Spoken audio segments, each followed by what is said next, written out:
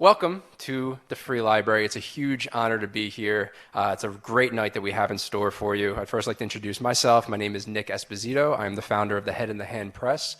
We're a publishing company in Fishtown, and we're also a writer's workshop.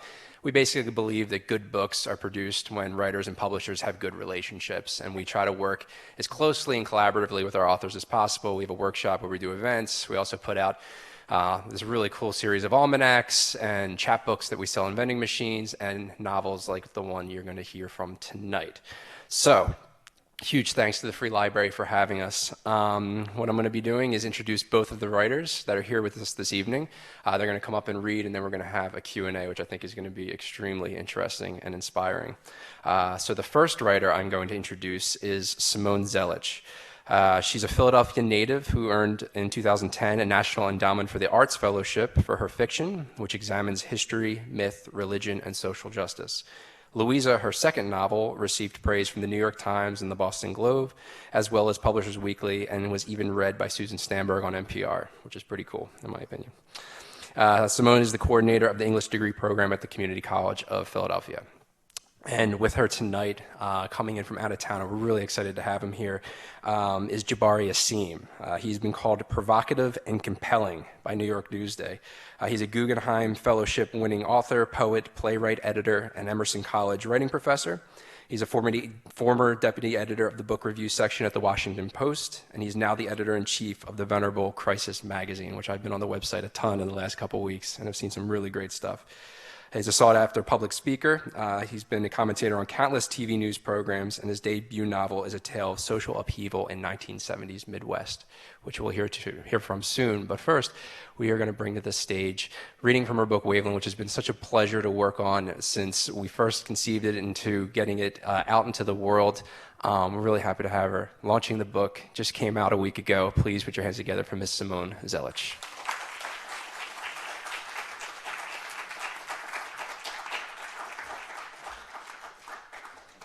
Thanks, Nick. It's truly an honor to be here. I want to thank the Free Library of Philadelphia and, of course, the Head in the Hand Press. And I'm actually going to begin by simply launching into reading the first couple of paragraphs of my novel, Waveland. Once there was a girl who did everything wrong. Take the time in 1963 when she took part in a wade-in to desegregate a public pool in Chester, Pennsylvania. She almost drowned. She'd been the only white girl at the demonstration. When the crowd took the pool by storm, she flailed and sank, and she was pulled out by a lifeguard who forcibly detained her as her Negro comrades were loaded into vans. The police refused to arrest her. They told her to go home and learn to swim. Did she? Tamara asked. She was sitting in the bathtub with her knees drawn under her chin. The tub was ancient, and the faucet leaked enough to draw a dull brown line across the porcelain. Eventually, Beth said, your daddy taught her. So Beth had done it. She'd mentioned Ron. It was the third time that week, and though Tamara let it pass without much comment, that girl noticed.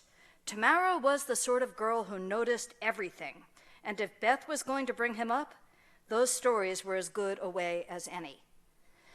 So, I think that this novel basically is very much about telling the story. It's framed actually by Beth telling these stories to her daughter.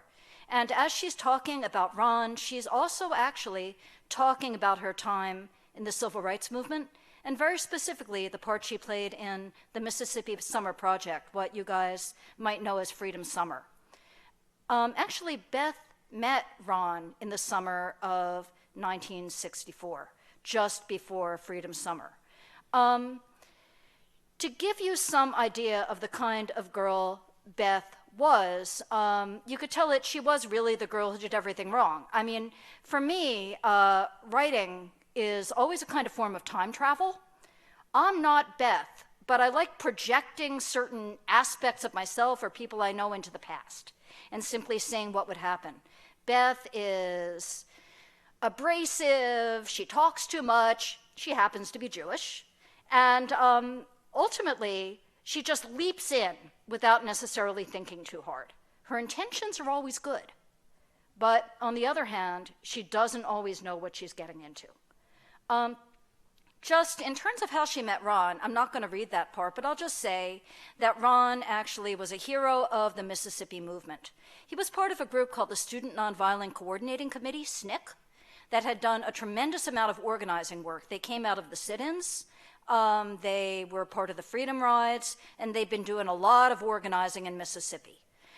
So Ron was speaking at Swarthmore College, and he was talking about a time he had been badly beaten in Greenwood, and he needed to get to Carnegie Hall for a fundraiser.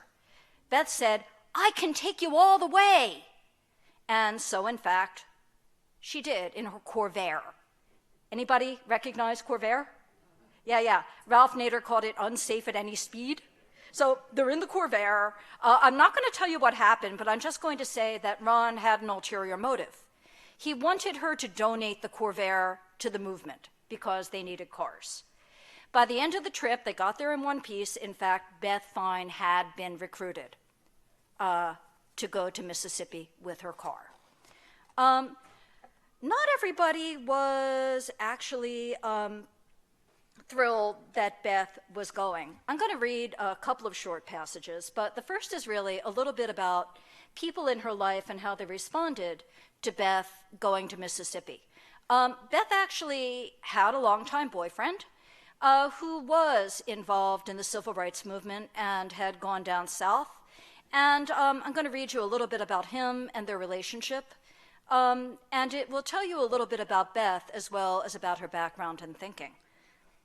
So, the boyfriend's name was Marty Wineglass. So, that winter, when Marty came back from a trip to Greenwood, Mississippi, where he dropped off donations of clothing and blankets, he went straight to Beth's dorm room and collapsed in her arms. He slept for 27 hours. Beth lay beside him with her eyes open, watching his chest rise and fall. He was so proud. She was so proud he was her boyfriend. She didn't even bother to hide the evidence. His cigarettes were all over the windowsill. His black hairs were in the little sink she shared with sweetmeats. His presence made her a partner in what he had done. Then, Marty went to a demonstration in Cambridge, Maryland, and got a face full of tear gas. He was treated at a Negro hospital and returned half-blind. Beth put compresses on his eyes and tried to keep his friends away, but it wasn't long before she realized he didn't much want her there either. By March, Marty had moved to Chester with a group of organizers. He mentioned one girl in particular, Missy, who'd driven in from Michigan and who, Beth gathered, had started a very successful group for unwed mothers in Detroit. If it was so damn successful, what was she doing in Chester? Marty said, "Come on, you ought to know by now the point is to make yourself obsolete." Beth went cold when he said that. She just stared. "Obsolete," Marty repeated. He obviously liked the word. "It's nothing personal. We've grown apart politically. You're still a liberal who wants to help Negroes." There was a knot in Beth's throat, and she tried to loosen it with something like a laugh. "What do you want to do, hurt Negroes?" "Liberal paternalism does hurt Negroes," said Marty. "Tell me," said Beth, "did those blankets hurt the Negroes in Greenwood? If they did, why did they ask for them?" Marty just smiled. "They wanted white kids down there to deliver them, just like they're asking white kids to go to Mississippi, because that's the only way people pay attention." "Do you realize how much you sound like my father?" Beth asked. It was the lowest blow she could manage, but Marty just said, "I could do worse." In fact, Beth suspected that Marty had a secret respect for her father, who had met him only once and treated him dismissively. Marty wasn't used to being dismissed, and at the time it made him sulky. Now, Beth realized a little dismissiveness on her own part might not have hurt. Max Fine was a professor of mathematics at the Institute for Advanced Studies in Princeton, and his sole comment on meeting Marty Wineglass was, "Is that boy French?" That seemed to be the only way he could fathom Beth's interest in him. She is a French major going to Paris. As for Beth's own involvement in anti-segregation demonstrations, he said, "Why are you wasting your time with that dismal charity work?" Beth had been surprised. "I didn't think you'd mind. Segregation's an irrational system." "And it's not your business," her father said. "Your participation is not only futile, Bitsy, it's condescending." "We're all human beings," Beth said. Nor, said her father, do you share the risks involved. That's just why I go, said Beth, to share the risks. Her father paused and finally said, you've lost me, Bitsy. I was attempting to explicate a process, and you've leapt into what I can only call ethical arrogance. Those were the sort of conversations Beth had with her father. He had been against her choosing Swarthmore on the grounds that it was a Quaker school and that Quakers were the most arrogant people on earth. He had been against her year in Paris, too, and had relented only when it was clear the program would concentrate on linguistics. I wish you'd change your major from French to philosophy, said Max. Your mind lacks discipline. And yours lacks imagination, said Beth. Max Fine just laughed. Another name for that, daughter, is humility. I know my limitations. I do not yet think that you've discovered yours. So, in fact, Beth does go to Mississippi with her Corvair. She hopes to meet Ron there, but she's sent to the wrong town. Something that you should know is there actually was some division within people, the Student Nonviolent Coordinating Committee within SNCC in Mississippi. There were people there who did not want the Freedom Summer Volunteers to come. And they had good reason. They basically have been organizing in Mississippi for a long time, and they thought, all of these white kids coming in, it's going to be overwhelming. We've really worked hard to make sure local people have a voice, and it's going to mess everything up. And one of those people happened to be Beth's project director. He's my favorite character in the novel. His name is Larry. And he basically came to town one day with a few names on an index card, managed to, in fact, get a good movement going, and suddenly, here come these Freedom Summer Volunteers, including Beth. Beth works in an office, and she resents it. Beth tries to kind of play around a little bit and teaches some of the local girls dirty words in French. Turns out Larry knows French. So, in fact, she has already pretty much gotten on Larry's bad side. So, essentially, to make matters worse, one day she crosses the railroad tracks into the white side of town, which she really, really, really shouldn't have done. So I'm just going to read you a very short bit that is a conversation between Beth and Larry that takes place when, in fact, the first time they confront each other after she comes back. When Larry Walsh returned a few hours later, Beth heard him bounding up the stairs and steeled herself for confrontation. He passed her by. Beth knew she shouldn't, but she trailed after him. I'm sorry. For what? Larry asked. He frowned. He had a piece of paper in his hand. Is Sue Francis back yet? It was stupid of me. I wasn't thinking. What are you talking about? Beth said. When I went over the tracks. I'm sorry, Larry said. When I went over the tracks, Beth said. Oh, yeah, that. Larry shrugged and spotted Sue Francis yanking a window open in the storage closet. He handed her a scrawled note. So I need this typed. Are we out of carbons? Now Beth felt her head get hot, and she didn't even try to keep her voice under control. What are you talking about? I knew it was dangerous. There was some silence, filled only by the clack-a-clack of Sue Francis's fingers on the typewriter keys. Larry leaned over to check her accuracy and made a face he probably didn't intend for Beth to see, and his mouth twitched just a little underneath his goatee, as he was thinking about whether this copy could possibly be legible. Then he turned to Beth. Listen, he said, no one's going to kill you. You don't get it, and you can't get it. In Mississippi, in the South, they kill black men. Beth started to say something, but uncharacteristically, she couldn't put words together. Larry took the opportunity to go on. Black women are second on the list, and then white men who stand with us, like Goodman and Schwerner in Meridian. But you're safe.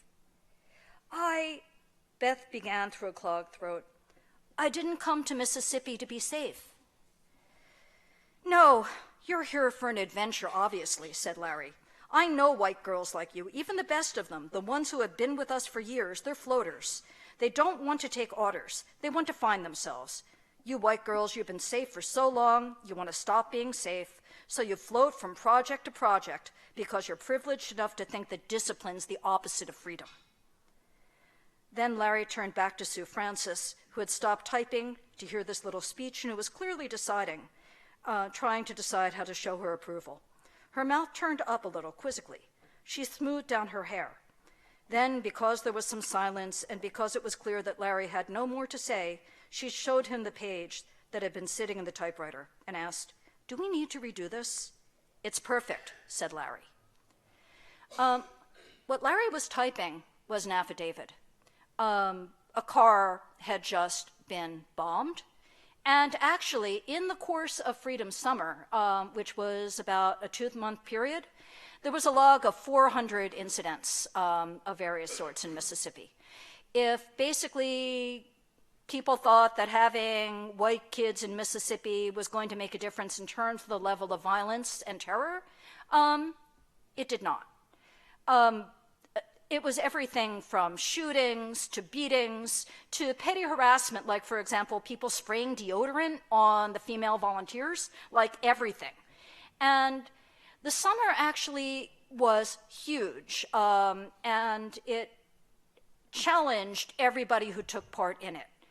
I do want to say that by the novel, as it goes on, shows a real change in Beth. She actually continues to take risks, but she also begins to think a little bit more about the context of those risks and realize its implications.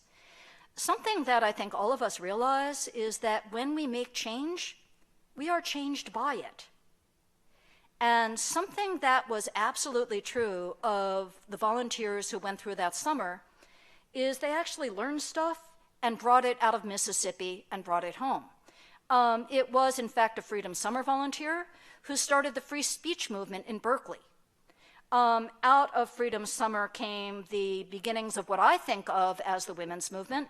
Out of it came a lot of different trends that basically are just about every progressive movement I can think of during the 60s and 70s. And the book is called Waveland for a reason. At the end of the summer, after going through everything that they went through, people at SNCC really thought, okay, how are we going to recover from this? And something made things even more complicated. About 800 white volunteers went south. A quarter of them decided to stay. So SNCC, which used to be a really tight, clearly black-led movement, suddenly had a really big influx of white folks. How can they actually figure out a direction from there? Now, Waveland was a conference where basically a lot of people came together. And I said before that for me, writing is a form of time travel. I did some research for this, and one of the highlights for me was going to the location Waveland. It's a resort on the Gulf Coast. And sitting on the dock where Stokely Carmichael sat, where Fannie Lou Hamer sat, and imagining what it would have been like to talk to them. What would we have to say to each other? Because one thing that's clear from all the oral histories I read is that people who were remarkably different from each other somehow found a way to struggle together, to take risks. It's almost impossible now to imagine that happening. People coming across such great distances and being able to really speak to each other and not be afraid of being shouted down and judged. So last little bit, and then I'm done, is basically about Waveland.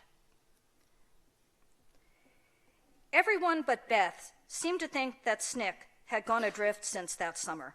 In the words of an anonymous position paper, they were on a boat in the middle of the ocean, and their boat had to be rebuilt in order to stay afloat, and had to stay afloat in order to be rebuilt. And to complicate matters, because they were in the middle of the ocean, they would have to build the boat themselves. The papers were mimeographed on site and distributed before the scheduled workshops. Beth read a stack of them sitting on the grass in the round courtyard. She could make out the rim on the Gulf just off the grounds, the edge of the world. So this is the point where Beth finally swims. Ron had taught her. So she jumps in, but no one else jumped in. No one else had anything to prove, or at least not the same thing to prove. Later that night, they would all sit out on those wharves that jutted out along the coast. They would share a cigarette or a joint and would keep talking about what they had talked about all day without pretense, as though they had taken themselves beyond judgment or hostile observation. They were on the world's edge. Like Beth, they took delight in not being afraid. Soon they would be afraid, not just of sheriffs, unmarked cars, and jail cells, or of the federal government. Finally, fatally, they would be afraid of each other. They would think of those times when they could make open challenges this easily, and they would not believe those times existed. The old bond between them would break, maybe because it had to, maybe because they'd planned from the start to make themselves obsolete, maybe because only so many people can fit into a room, and no one wants to shut the door. But that night, Beth, her hair dried stiffly, put on her windbreaker and sat on the edge of a long wharf with Larry Walsh. A few months ago, he'd been her enemy. Now he passed her a joint. "And you were jumping to prove what?" Larry asked her. "That I could," Beth inhaled, but not too deeply. "You can do a lot of things," Larry said, "but you choose those that are necessary. I don't think that swim was necessary." "Nobody was asking you," said Beth. "You're going to get yourself a reputation," Larry said, "like that anonymous paper of yours." "How do you know which one is mine?" said Beth. "Oh, I know all right. Who else would actually give something a title like The Outsider? It's stolen from Richard Wright, who stole it from Camus, and to make matters worse, it sounds like a bad Western." She didn't want to talk about her paper, which had been soundly dismissed by a group of seasoned movement people who seemed to have gathered at the workshop expressly for that purpose. Beth sat in silence, yet the drubbing didn't make a dent in her conviction that the position was sound. The engaged outsider casts himself into a circumstance and creates the opportunity for consciousness, just as a river can change its course through debris, erosion, and intervention. Beth said, "I thought you'd understand my paper at least. You're an outsider too." "You've got things so ass backwards, I don't even know how to begin to turn you right side up again," said Larry. "I'm black, okay? I'm always going to be on the outside in white America. I'm talking about here in Mississippi. You don't belong here any more than I do. You've chosen this. It takes an outside force to trouble the water." "Fine," said Larry. "How much do you know about waves? Look up." Now they were looking at the moon. The moon was half obscured by clouds, not quite full, butter-colored. "You think waves are caused by somebody throwing rocks? There are greater forces, historical forces." "Marxist," Beth said. "Damn right," said Larry, "and that's no metaphor." The two, Beth knew, were stoned out of their minds. They would make an appealing target, a white woman and a black man outlined on the wharf. Larry laid a hand on Beth's arm, a gesture friendly enough, but highly charged. He said, "You know, I worry about you." "I hope you don't," said Beth. "No, I do." Somewhat awkwardly, he moved his hand to her shoulder. "I mean, all this talk about debris, pardon me if I extend the metaphor, I know you will. You know what really happens when something falls into a river?" "It becomes part of that river," said Beth. "It gets worn down," said Larry. He released her shoulder and just looked at her. "After a while, it breaks apart, then it disappears." Thank you.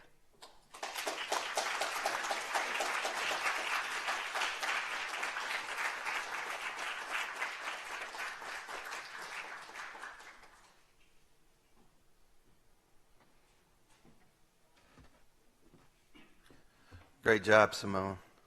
I want to thank Andy Cahan of the Philadelphia Free Library and Nick Esposito of the Head in the Hand for having me here reading with Simone tonight.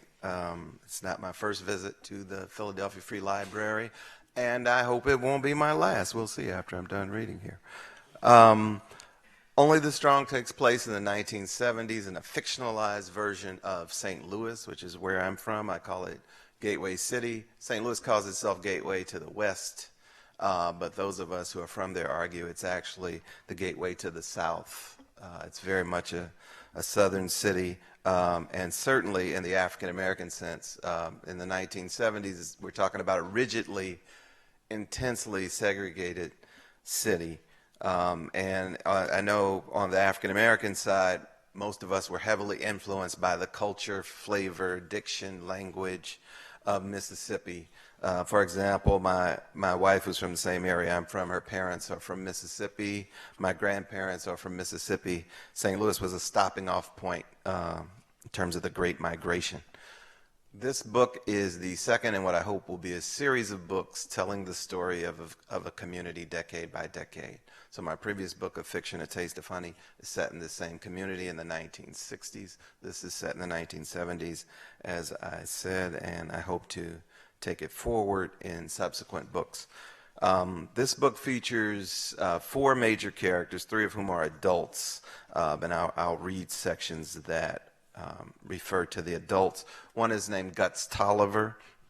He is a semi-retired enforcer for a local black mobster. He runs a taxi stand and he occasionally handles assignments for that mobster. Guts is 35 years old. One of the other major characters is Dr. Artensis Noel, who's a leading pediatrician and black civic leader in the community. The third adult is Ananias Good. Guts and Artensis have Ananias Good in common. He is a black mobster. He's having an illicit affair with Dr. Noel, and he is the employer of Guts Tolliver. So I'm just going to read a few passages. I think it'll take about 15 minutes. What I hope to do is sort of illustrate the backdrop of social change against which these characters are moving. We'll start with the taxi stand where Guts presides. And I might add that I'm really interested in the little man and little woman approach to history as opposed to the big man. I'm really curious about social movements and social developments and how they affected ordinary people, working class people, the kind of people that I focus on in the book for the most part, the taxi drivers, the sign painters, the waitresses, those types. So this first section begins inside the Gateway Cab Company where Guts presides. Oh, and I should warn you, there's some unsavory language in some of the parts, so be prepared. Once inside Gateway Cab, Guts passed through the main room and into the inner office, which he shared with two desks, a quartet of file cabinets, and Trina Ames, Gateway's receptionist and dispatcher. Trina was as beautiful and hard-working as she was sweet, and the drivers often pretended to misunderstand just to hear her sugary voice repeat an address over the radio. As far as Guts was concerned, the most appealing thing about her was her knack for staying out of other people's business. Guts was not much for long phone conversations. Face to face, he could chew the fat with the best of them, even if he spent every exchange casually taking in everything going on all around him, ever alert to dangers. But the phone? Disembodied voices disturbed him in a way he couldn't quite nail down. So even though he was happy to hear from Pearl how her day was going, her lunch plans, how she couldn't wait to spoon more fresh-baked banana pudding into his waiting mouth, he was nonetheless relieved later in the day to put down the receiver and step into the main room where the men of the cab stand had congregated for lunch. Of the three men present, only one had an actual connection to the stand. Cherry, sporting an afro less out of style considerations than just natural hirsute exuberance, was the in-house mechanic. Good-natured, sleepy-eyed, and skillful, he was adept at hanging around and shooting the breeze, ears attuned to the bell that rang when a cab pulled onto the lot. Shadrach, long retired, had made the cab stand his second home. Wearing his customary straw fedora with the gold band, he sat with Cherry at one of the 3 card tables that served as workplace furniture for the Gateway fleet. The two men attacked a platter of ribs while Oliver paced nearby and read from the paper. Oliver worked at the bowling alley across the street. Nervous, bespectacled, of indeterminate age, he took so many coffee breaks that it remained a mystery how he managed to keep himself employed. Guts crossed the threshold and took everything in with a quick, sweeping glance. The plate glass window gleamed adjacent to the front door, through which the lot's 2 gas pumps beckoned. Across the room, a doorway led to the service bay where cabs could be hoisted and repaired. Behind Cherry and Shadrach, another door led to a restroom flanked by a water fountain and an ancient soda machine. On the wall above the fountain was a framed ebony magazine cover photo of Nichelle Nichols. clad in her skin-tight Star Trek uniform. The curvy communications officer of the Starship Enterprise appeared to be climbing from a hatch as she stared into the camera, bright eyes ablaze. Those eyes alone would have possessed the power to command every man's gaze, if not for the presence of her fabulous right thigh, deliciously exposed as she mounted a rung. Over her left shoulder, a headline announced, "Scientists discover secret of skin color." Guts sat where he could keep his eyes on the door. The chair creaked and groaned under his bulk. "Urban renewal," Oliver was saying. "We know what that is. Nigger removal. See, the reason they haven't built up Franklin Square is because they want to take it back. One day the north side will be just as white as it was before all you burrheads came up from Dixie."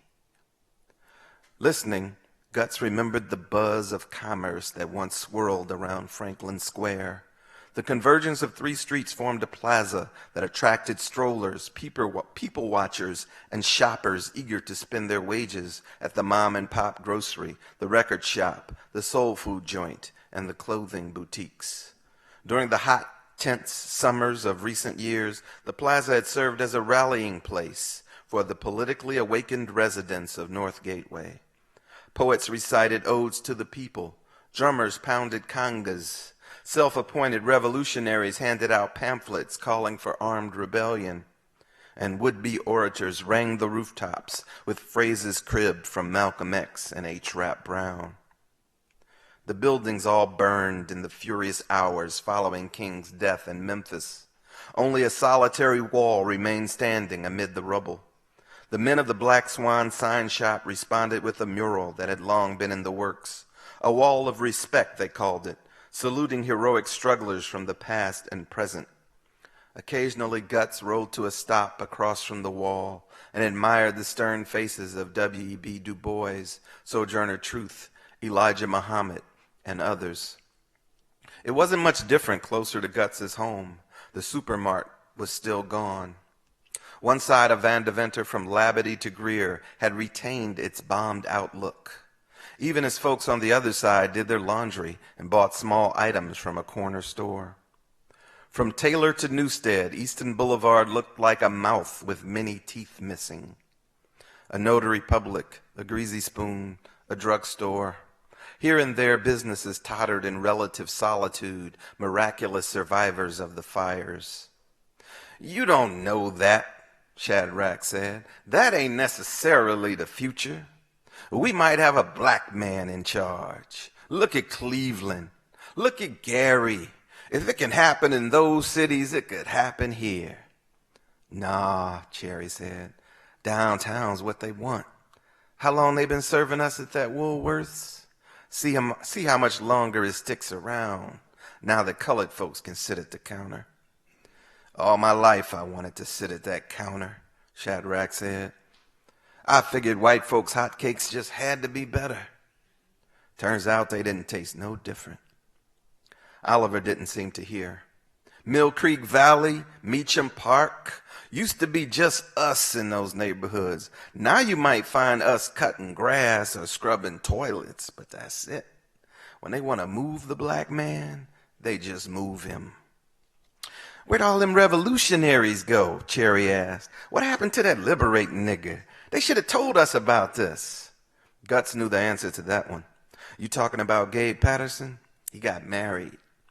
Shadrach sighed and nodded. "It happens to the best of us." "Better than going to jail," Guts said. "That's where Patterson seemed to be heading before Rose Reynolds calmed him down." "I'm not sure there's a difference," Shadrach said. "The Warriors of Freedom, they called themselves," Oliver said. "It was a good thing they didn't amount to much. This country has no tolerance for revolutionaries. Look what they did to the Chicago 7. Cherry frowned. "Them singing boys? What did they go and do to them?" Oliver shook his head. "That's the Jackson 5, fool." "I knew that," Cherry said. "I was just testing y'all." "Well, the revolutionaries, they had their day in the sun," Oliver continued. We got us our own congressman now, and I bet he'll do a heap more than a bunch of beret-wearing snot-noses running around talking about off the pigs. The streets are not where things get done. The real action is in boardrooms and legislatures. You can't be marching against the man. That's out. No, you got to sit down with him like the Sediti Negroes do. I should say that Sediti means uppity, snotty, snobby. One more section from Guts. One more character enters the capstans, a man named Playfair, who deals in stolen goods, and he has just brought in an 8-track tape player. Playfair carried it out and plugged it in while Cherry and Shadrach watched from a nearby table. They were supposedly playing dominoes, but neither man had made a move in a while. Oliver paced and read the paper. "Can you get the ball game on that?" Shadrach asked. "The pregame show might be on." Oliver made a clucking noise.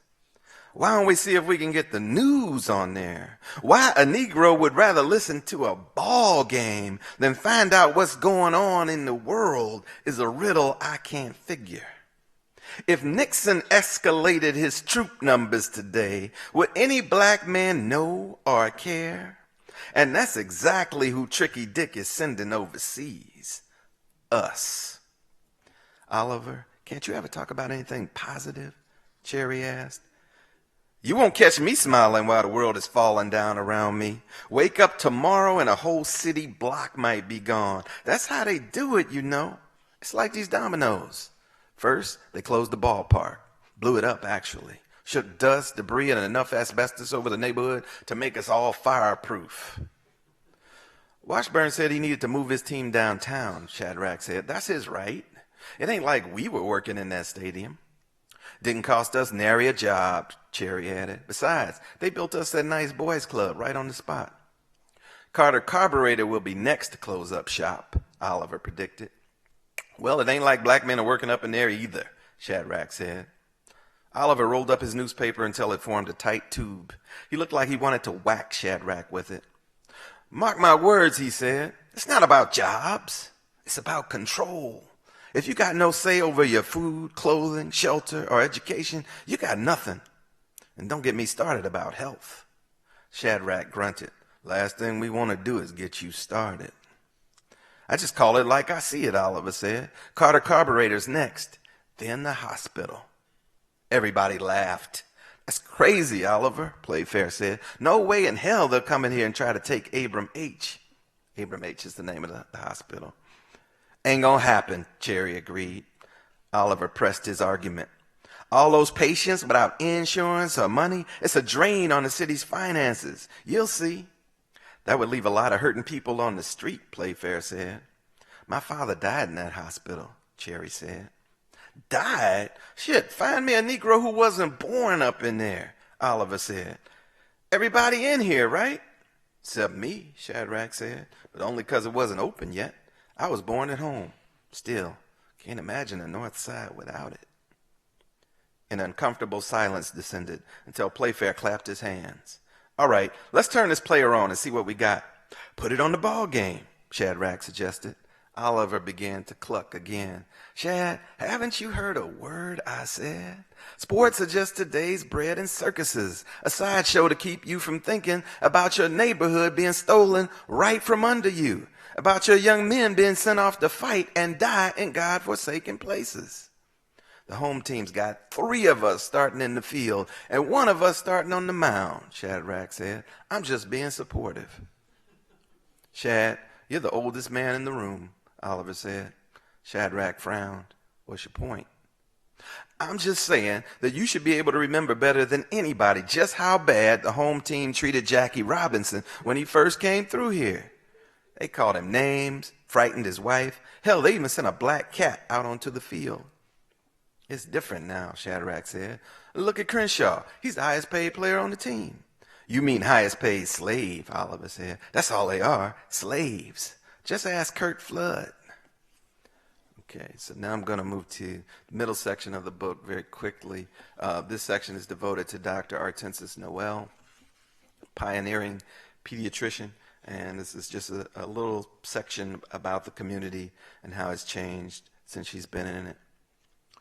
Before moving her practice to Kings Highway, she'd kept an office on Easton Avenue, the hub of the black community when she first came to town. She had breakfast nearly every morning at the Nat Hand, and just as often she'd get off the streetcar and see a nattily dressed man, always wearing an up-to-the-minute hat, step out and briskly sweep the walk in front of his establishment. He was regular as clockwork, this man, and for a while Hortensis kept her schedule by minding his. If he ducked out in front of his awning to whisk the night's debris to the curb, she knew she was on time. If his walk was already swept, she needed to get a move on.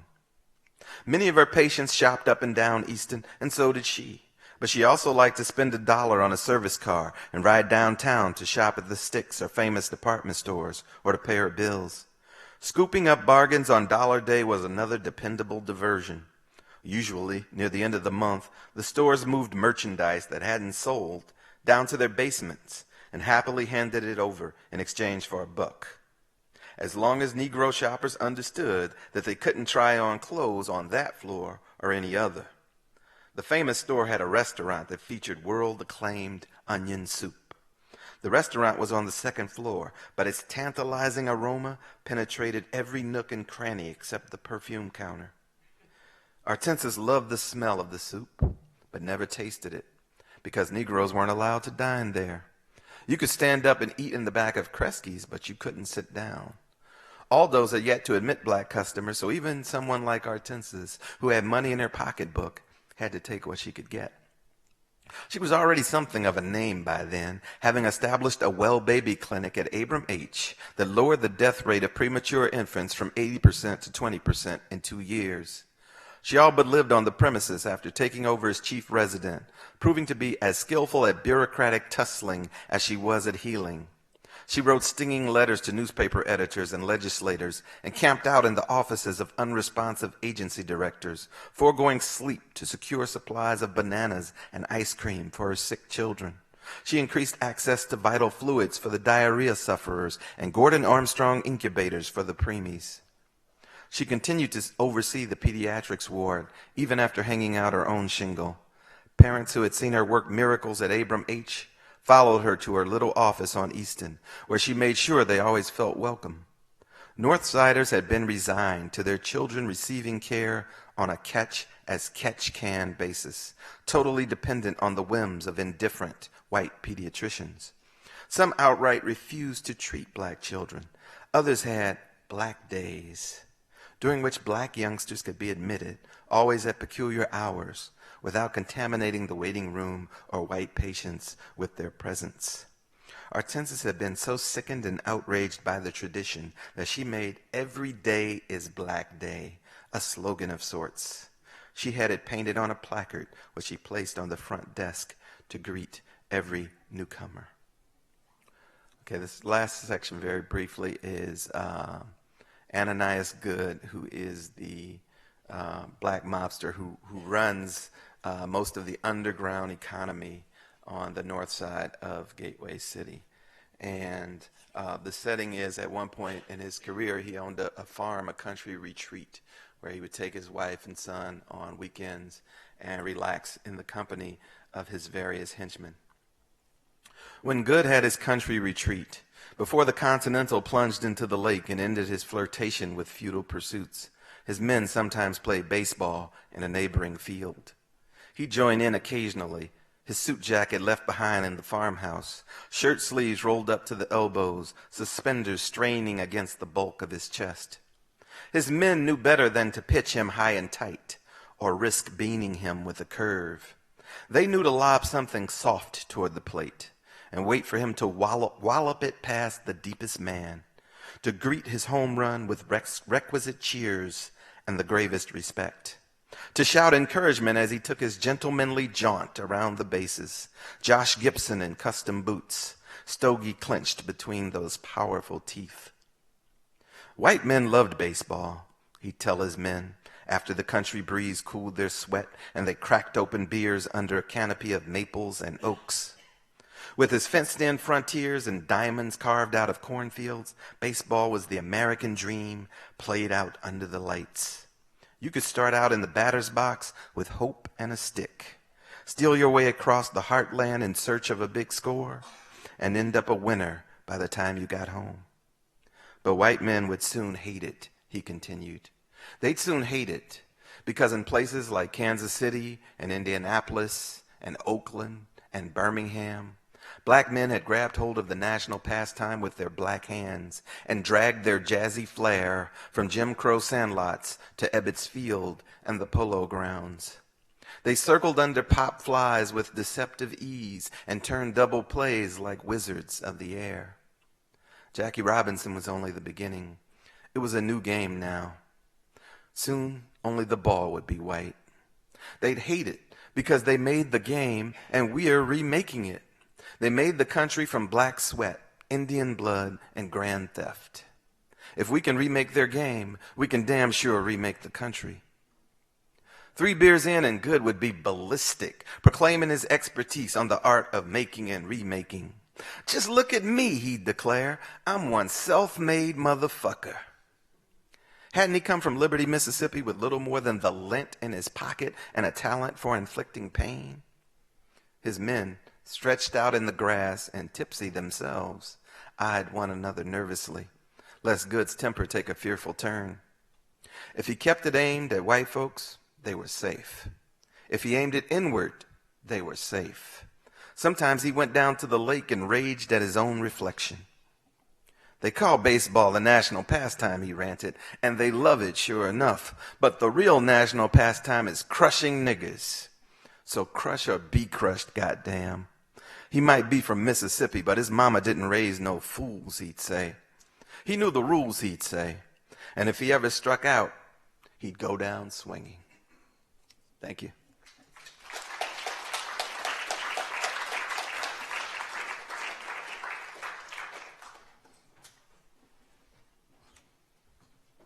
All right.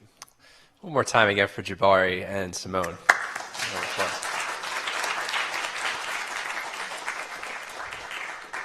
One thing you left out about Playfair I loved was every time he would come into the shop, he'd see the picture of Nichelle Nichols and he'd make the sign of the cross and before he talked to anybody. So that's something I was waiting for. What we have now is you've heard 2 great books from 2 great authors, and I'm sure it invoked a lot of questions. And we have great volunteers here at the Free Library who have microphones in hand and are ready to field your questions. So should you need a second to think of a question, I actually had one that I wanted to kind of begin with. I think it's maybe one of the most obvious things, but they might not because they might not know your ages, but that I have that information. You all, both of you, are pretty much the same age, and the time periods you're writing about, Simone was pretty much a toddler, I guess, when Freedom Summer was happening, and you were a young boy going into the 70s. So it would be great to start off just talking about your process when it comes to this historical fiction and kind of creating the sense of place as, believingly as you guys did in both of your works. And whoever wants to start.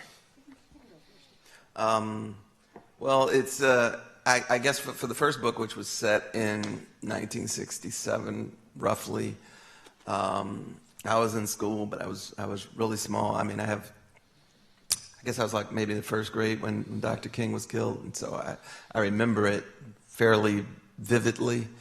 But I also, when I knew I was going to start this project, that I needed to interview some people. So particularly, I spent time with my parents who had lived through it, and got a lot of details from them. By the time I got to Only the Strong, I'm now old enough where I can remember. Oh, okay.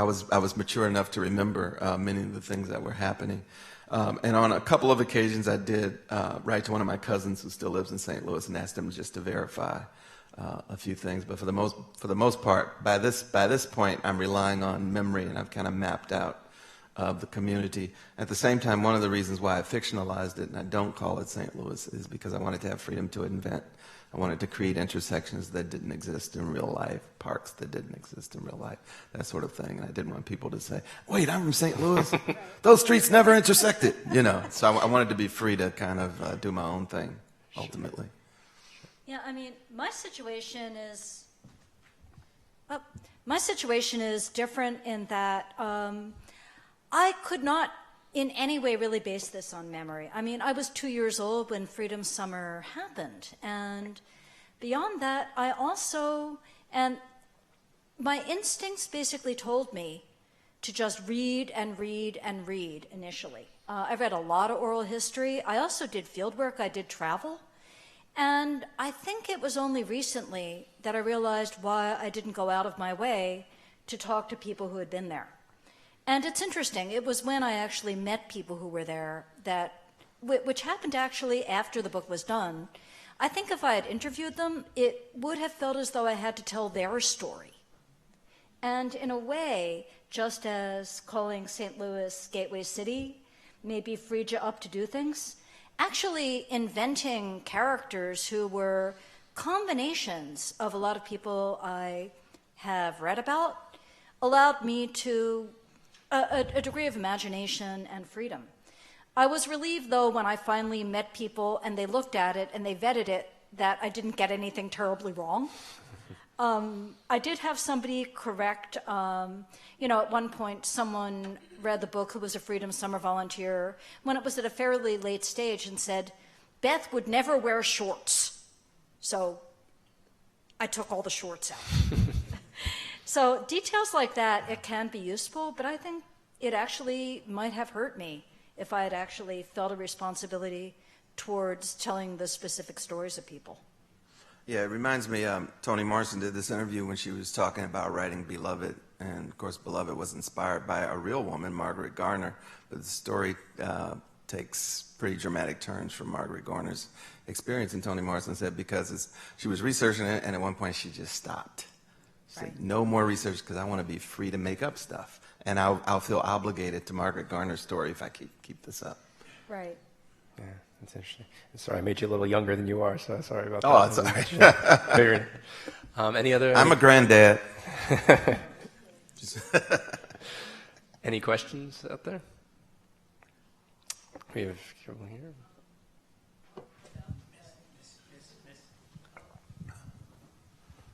So I appreciate all that you just said, and I still wondered if when your character was describing all those places that were going to be shut down, and would a person from St. Louis know about those, and would they be places that did shut down? Is that something that has a resonance?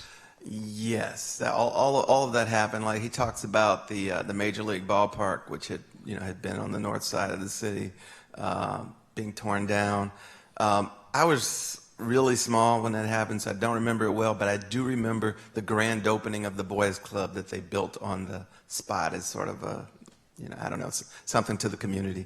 And I remember going to the grand opening with my parents, which I fictionalized in my previous book, A Taste of Honey. But there was a lot of discussion. Carter Carburetor did close down in North St. Louis, but as the character points out, it's not like black people worked there anyway. We had this influx of white people coming down the street every day, going to work at Carter Carburetor and leaving at the end of the day. And of course, they didn't live in our community, and we never saw them again after the plant closed. But the crushing blow to North St. Louis, from which it has never recovered, was the closing of the hospital, which was a historical hospital where it was the first place that delivered black babies. Up until that point, they were delivered at home, with the exception, I guess, a little later in the 60s, of Jewish Hospital, which was not on the north side. That was the only white hospital that would actually accept black patients, even when I was born. I was born there because I could be born there. But when they took, I call it Abram H., but it was really called Homer G. Phillips. When they closed it, a mayor ran for election with the promise that he would keep it open. And so he was a white mayor from the South Side. All of the black North St. Louis rallied to support him, gave him the votes to put him in office, and he closed it almost immediately.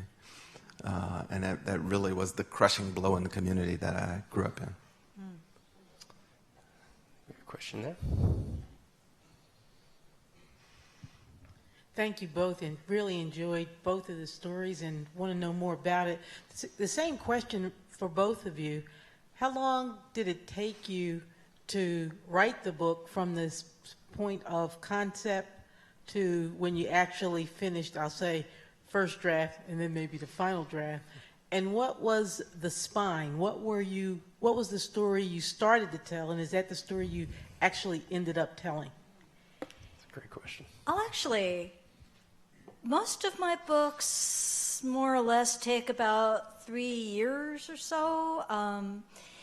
But with Waveland, it's funny. The first image that came to me was actually of someone kind of jumping in water. And I was kind of trying to figure out when I came up with the conception. And it's kind of weird. I don't know if any of you know the old movie Where the Boys Are. I think it was made, 1961 or so. And I remember at some point, because I was already doing some thinking about the book, hearing that in St. Augustine, Florida, which is a place people would go for spring break, Where the Boys Are is a kind of beach movie.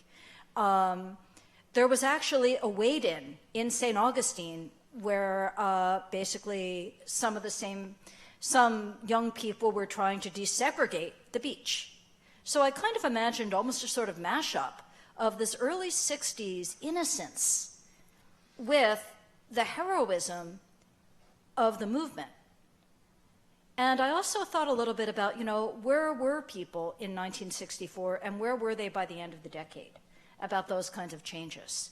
So I have to say the spine of the book for me in some ways was that kind of transformation, both as a personal transformation and also maybe as a kind of national transformation.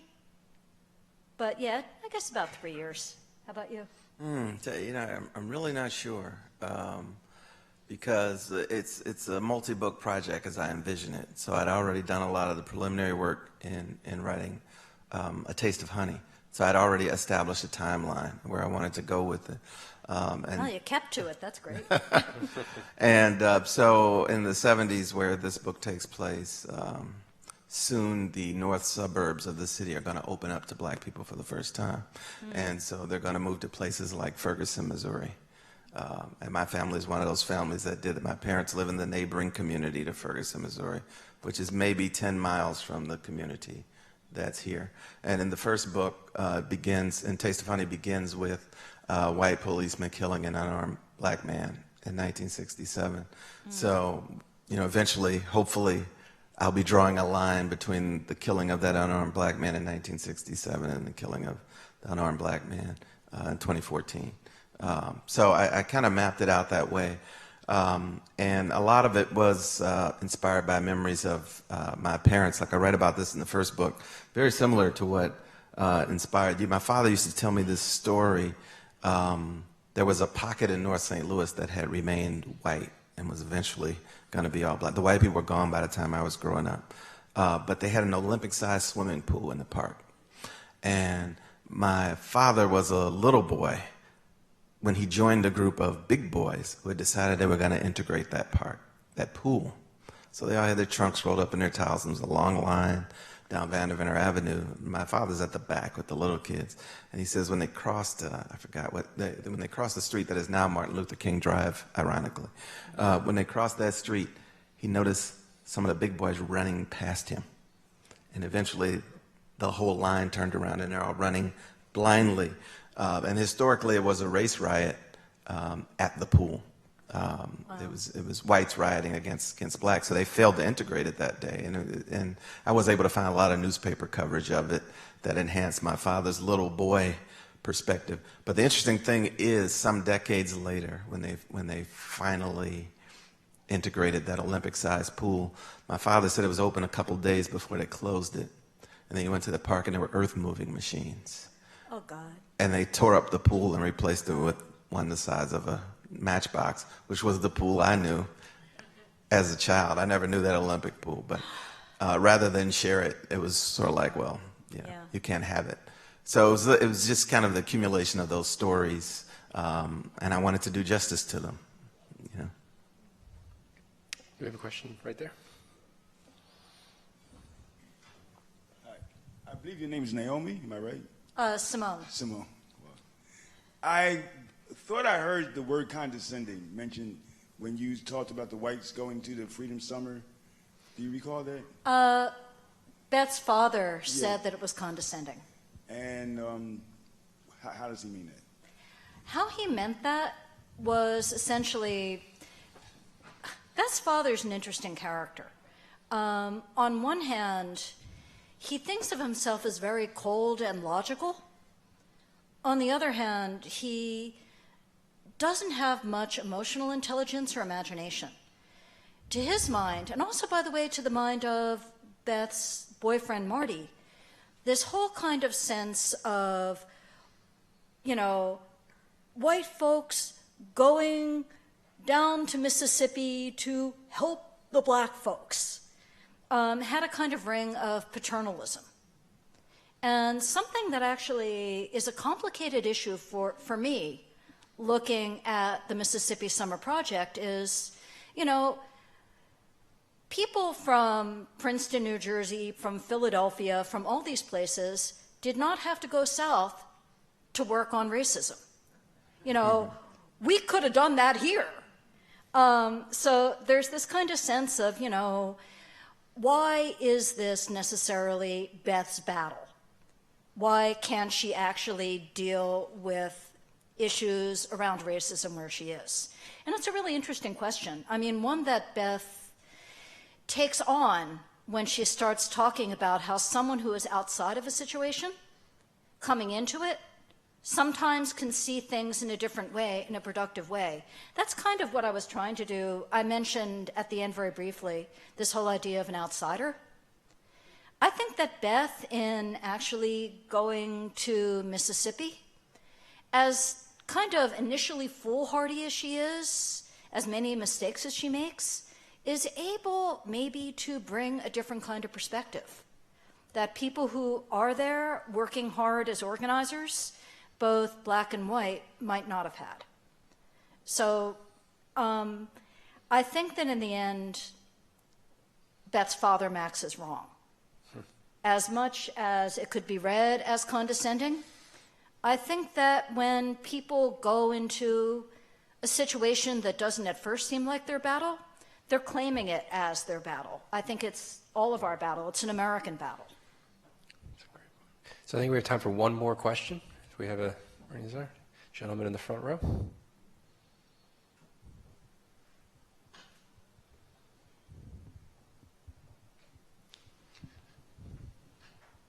I have a friend who posted on Facebook yesterday. She's very connected to the activists in Ferguson. And she wrote, "Be careful of people who say it's complicated. Sometimes there's right and wrong." And I've been trying to formulate a response, but I'm wondering from a literary perspective, and you're taking on themes of justice, what's great about complication for what you're involved in, and what should we be wary of? Remember, you have to cite That's a them if great they give you an question. answer, though. If you put it on That's a Facebook, great you have to, question. right? You want to take that one? I mean, for me, complication means complexity and ambiguity. And we can say, well, I'll give you an example of how it is complicated. For example, in Ferguson, there are 3 black police officers out of an otherwise white police force. So one of the ostensibly simple responses to that is, let's integrate the police force. But then when you look at those 3 black police officers, one of those black police officers twice pistol whipped and fractured the skulls and broke the noses of children in St. Louis. He was fired and then hired by Ferguson police, where he pistol whipped a child and broke a child's nose. So he's done it 3 times. There's 2 civil suits pending against him. He continues to work. So we can't say, let's just integrate this police force because black policemen mean fair policing. I mean, we know that in Baltimore when we look at the 6 policemen who were arrested in the wrongful death of Freddie Gray. That to me is complicated. Sure, it's obviously what's right and wrong there, but I think if we go for the quick, easy solution, let's merely integrate this police force, which people keep talking about with Ferguson. Well, there's only 3 black policemen. If there were more, black people wouldn't be arrested for not walking on the sidewalk. That is not true, right? It's more complicated than that. And in Baltimore, isn't it about half of the officers? And the police chief. Yeah, yeah. And the mayor. So you have black But- people in positions of influence. I mean, I just want to take this also because you asked in a literary point of view. And I love complication. It's my stuff. And, you know, I have to say that in general, what I feel I can do as a writer is not give answers. It's raising questions and raising question after question. I mean, in a way, an idea of simplicity is like, for example, you know, you take your cell phone camera and you shoot something. But in reality, different cameras are going to get different pictures. And I think that a good piece of fiction, even if it's only from one character's point of view, I mean, you have multiple points of view in your book, I have in mine, but in any good work of fiction, you can actually see layers of perspective. Good fiction makes you feel uncomfortable. Good fiction actually makes you challenge assumptions rather than just reinforcing what you already assume about the world. And I would think that any good work of fiction complicates a story. Yeah, Chidua Achebe said, writers don't give prescriptions, they give headaches.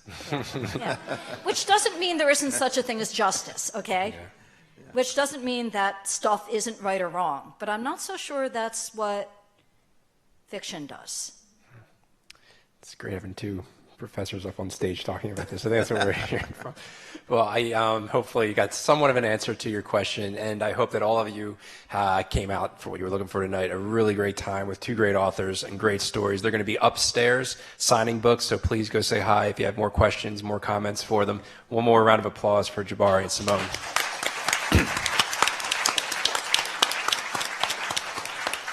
And I'd be remiss not to say this, is tomorrow we're talking about all these social justice issues and ways you can take concrete action. We have a very, very important election tomorrow in Philadelphia, so make sure you do anything, get out and vote tomorrow, May 19th. Thank you all very much. Have a great night.